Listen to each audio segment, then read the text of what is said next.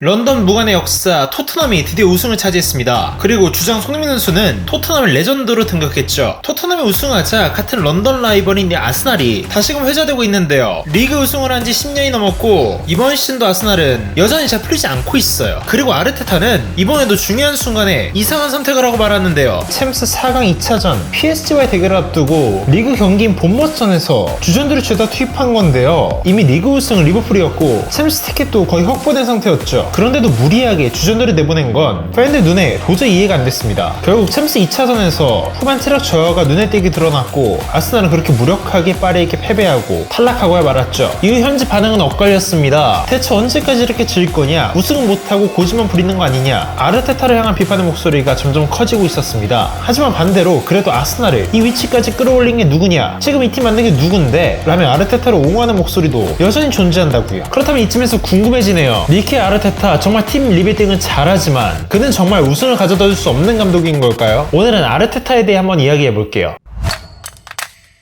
에메리 후임으로 왔던 아르테타가 아스날의 감독이 되었던 건 2019년 12월. 당시 아스날은 리그 중위권, 정확히 말하면 명문 클럽의 그림자만 남아있던 상태였습니다. 그리고 당시 아르테타는 감독 경험은 전무했었고 펩 가르디올라 밑에서 2016년부터 19년까지 코치 생활을 했던 게 전부였죠. 솔직히 도박이었습니다. 그런데 첫 시즌 FA컵과 커뮤니티 시드 우승으로 의외의 출발을 만들어냈고 무엇보다 팀 분위기가 180도 바뀌었거든요. 거기에 팀 리비딩 하면서 선수단의 세대 교체를 가져간과 동시에 스쿼드를 재편했었고 사카와 웨데고르, 살리바, 마르티넬리 등 젊고 영동된 선수들을 중심으로 팀을 다시 만들었습니다. 22-23 시즌에는 리그에서 맨시티와 우승 경쟁을 했었고 지난 시즌에도 챔스 8강까지 진출했죠. 이 클럽의 재정은 안정되었고 경기 내적으로 보더라도 공격 전술과 수비 전술, 빌드업 역시 패배 달면서인지 모두 체계화되었습니다. 실제로 수치를 보면 18-19 시즌 아스날은 승점 70점에 실점은 50골이 넘었거든요. 그런데 아르테타가 오고 승점은 평균 80점을 늘 넘었고 실점도 50점이 채 되지 않은 상태로 2013년에는 88골을 기록하면서 리그 내 득점 2위, 슈팅률, 유효슈팅률, 득점 전환율 모두 올라갔다고요. 그런데 문제는 이런 수치적 개선이 팀의 우승까지 이어지지 않고 있다는 건데요. 22-23 시즌 리그 선두를 유지하다가 막판에 시티에게 타이틀을 헌납했었고 챔스에서 최악의 분위기로 리그 타이틀을 놓쳤던 미넨을 상대로 무기력하게 패배했잖아요. 시즌 초반에 늘 잘하다가 우승할 것 같다가 시즌 막판만 되면 무너지는 모습, 지난 5년간 아스날 팬들의 분노가 쌓아왔던 거죠. 그렇다면 아르테타는 왜 중요한 순간마다 늘 무너졌던 걸까요?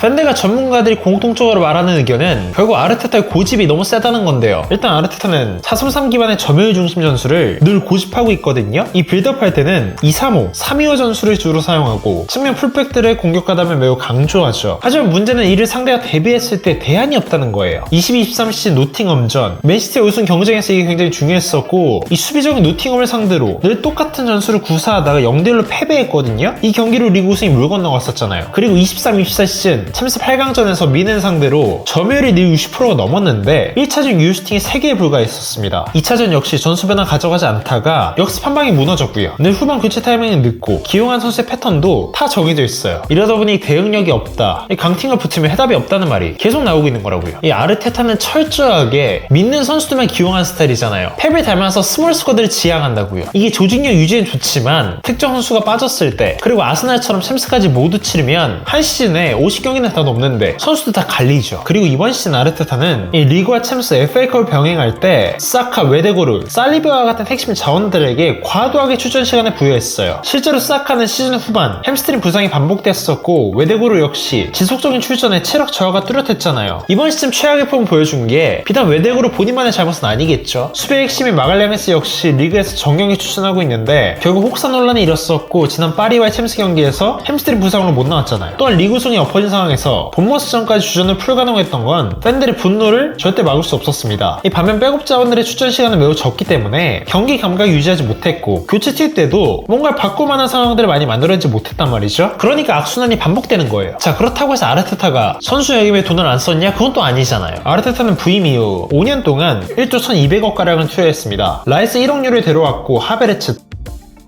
트로사르, 벤 화이트, 스틸. 물론 제로에서 시작했으니까 팀 개편도 필요했었고 이 자카나, 무스타피, 오바메양, 웨질같이 이 내보내야 됐던 선수들 다 내보내고 어린 선수들을 채운 거니까 투자가 분명 필요했습니다만 5년 연속 이렇게 투자하고도 FA컵 말고 트로피가 없다. 물론 에브라는 아스날의 원래 팀 컬러가 이런 팀이라고 일침을 가했지만 아스날 팬들은 또 다르잖아요. 그렇다고 제가 아스날 팬인 건 아니에요. 직접적 비교는 좀 어렵지만 비슷한 기간 안첼로티는 레알 마드리드에서 5억 유로로 챔스 우승, 라리가 2회 우승, 팀의 투자가 어려운 상태에서도 성적을 가져왔었고 이 투엘 감독 역시 무너져가는 첼시에서 3억 유로 안 들이고 챔스 우승했잖아요. 결국 아스날은 우승을 바라고 있고 아르테타 결국 팀을 만드는 데 능하지만 우승을 시킬 수 있는 감독이라는 이 명장의 반열에는 오르기 좀 힘들어 보입니다. 게다가 작년 12월 아스날의 스포츠 디렉터였던 에두가 사임했죠. 이 에두는 그동안 아스날의 리빌딩 과정에서 매우 핵심적인 역할을 했잖아요. 그런데 그 이탈 이후 이적시장 전략에 대한 디테일도 많이 사라져 보이죠. 이 아르테타가 전술적 디테일은 굉장히 잘 짜지만 선수 보는 눈에 있어서는 의문부여가 좀 붙잖아요. 대표적인 예로 골키퍼에 너무나 많이 투자해요. 물론 아르테타 전술에서 골키퍼부터 시작하는 빌드업 중요하죠. 하지만 랜스델 큰 돈들을 영입해놓고 좀 안된다 싶으니까 이번엔 다비드라에게 또다시 거액을 투자했습니다. 여기에 최근에는 에스파뇰의 조안 가르시아 역시 영입설이 짙어지고 있다고요. 정작 최전방은 안 사와서 늘 결정력 부족으로 빠르게도 패배했는데 자꾸 이적 시장에서 우선슈팅 아닌 포지션을 먼저 보강하려고 하니까 팬들의 분노는 치솟는 거죠. 왼쪽 풀백도 비슷한데요. 진첸코와 토미야스, 칼라피오리까지 영입했지만 현재 주전은 18살 유망주 루이스 스켈리잖아요. 중원에는 조르지니 이외에 백업이 하나도 없고 측면 공격진 역시 라임 스털링 이외에 07년생인 은하느리가 유일한 대안입니다. 물론 최전방 공격수 지금 쉐슈코와 이삭, 요케레스 등 다양한 이름들이 링크되고 있지만 현실적으로 영입 가능성이 낮은 이삭을 원한다는 이야기가 아스날 내부에서 계속 들리고 있고 이렇게 이삭만 바라다가 영입 결국 못하면 또 다음 시즌 이거 너무 데자뷰잖아요. 이 최근엔 수비맨의 이적설이 짙어지면서 이 중원은 보강을 좀 하나 싶지만 결국 다음 시즌에 득점을 넣어줄 수 있는 스트라이커 가장 먼저 보강이 시급해 보이죠.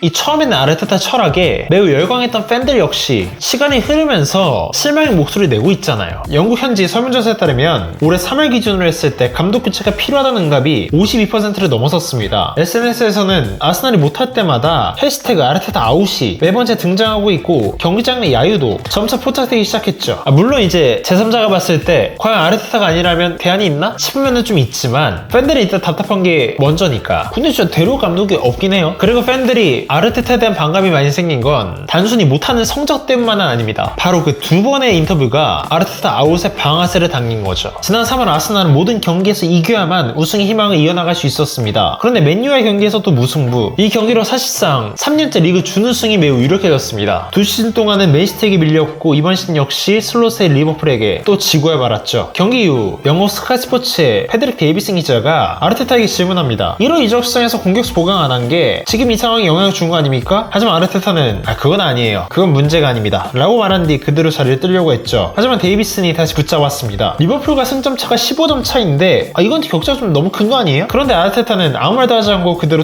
퇴장해버립니다. 매번 중요한 시기마다 책임을 회피하는 모습만 반복된다며 졌을 땐 솔직하게 인정하고 팀의 추수는 리더가 돼야 된다고 팬들이 비난했었죠. 그리고 지난 5월 8일 챔스 4강 2차전에서 파리에게 패한 뒤 그렇게 이번 시즌 아스날의 챔피언스리그 무대 도전도 끝이 났습니다. 1, 2차전 합계 3대1 완패. 그런데 경기 후 아르테타 또다시 같은 패턴의 멘트를 꺼냈습니다. 이번 시즌 챔스에서 아스날보다 잘한 팀은 없었어요. 두 경기 모두 우리가 더 좋은 결과를 얻을 자격이 있었고 아니 파리조차도 나한테 그렇게 말했다니까요. 그런데 문제는 이번에 루이스 에니케 감독이 직접 그를 반박하고 나선 거죠. 아르테타 좋은 친구지만 그 말엔 동의할 수 없어요. 우리는 두 경기 모두 아스날보다 더 많은 골을 넣었고 그러니까 결승 우리가 왔죠. 간결하지만 딱 책임이 떨어지는 멘트. 이 한마디에 리더의 무게감은 결국 말에서 나온다는 반응이 나왔습니다. 홀란드가 예전에 아르테타 보고 험블, 겸손하라고 했잖아요. 요즘 아르테타 인터뷰 보고 이 말이 다시 재조명되긴 하던데 그렇게 아르테타는 최근 들어서 단순히 트로피 없는 감독이 아니라 팀 리더로서 책임감 없는 모습들을 보여주며 팬들의 신뢰를 저버리고 있는 거죠.